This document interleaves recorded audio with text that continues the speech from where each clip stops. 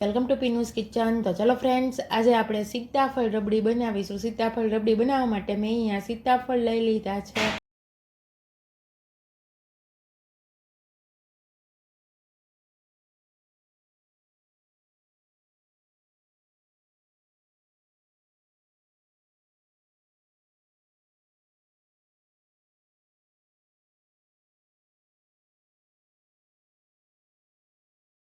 તેનો પલ્પ સારી રીતે કાઢી લેશું. તે પલ્પ ચોપરમાં નાખીશું. ચોપરનું ઢાંકણ બંધ કરી સારી રીતે ક્રશ કરી લેશું.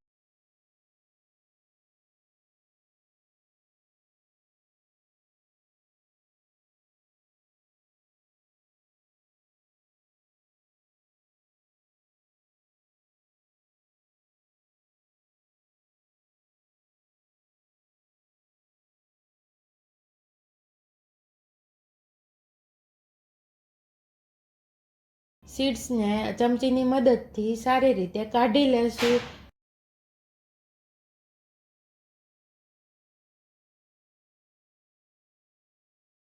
આપણા બધા સીતાફળનો પલ્પ સારી રીતે નીકળી ગયો છે. એક પેન લેશું, તેમાં 2 લીટર દૂધ લેશું.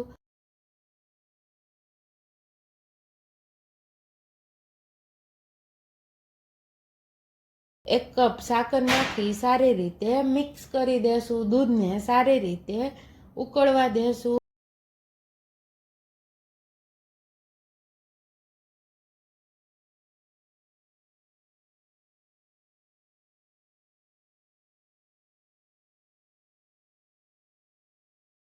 આપણું દૂધ સારી રીતે ઉકળીને હાફ ક્વોન્ટિટીમાં થઈ ગયું છે. તો તેમાં તૈયાર થયેલો સીતાફળનો પલ્પ નાખીશું અને મિક્સ કરી દેશું.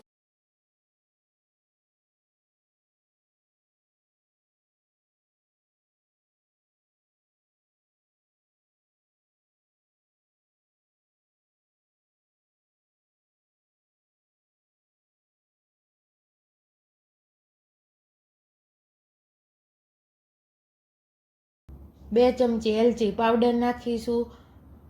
કટ કરેલા કાજુ નાખી સારી રીતે મિક્સ કરી દેશું.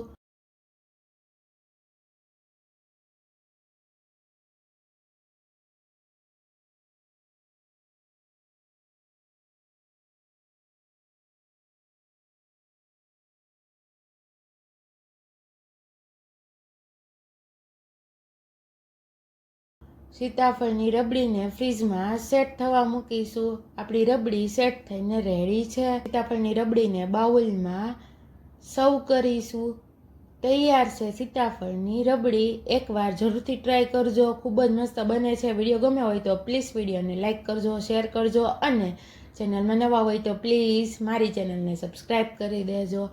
રોજ રોજ નવી નવી રેસીપી જોવા માટે પીનુસ કિચનને પ્લીઝ સબસ્ક્રાઈબ કરી દેજો. ફરી મળીશું આવી જ નવી રેસીપી સાથે. ત્યાં સુધી બધાને બાય, આવજો. Thanks for watching. Take care. જય શ્રી કૃષ્ણ.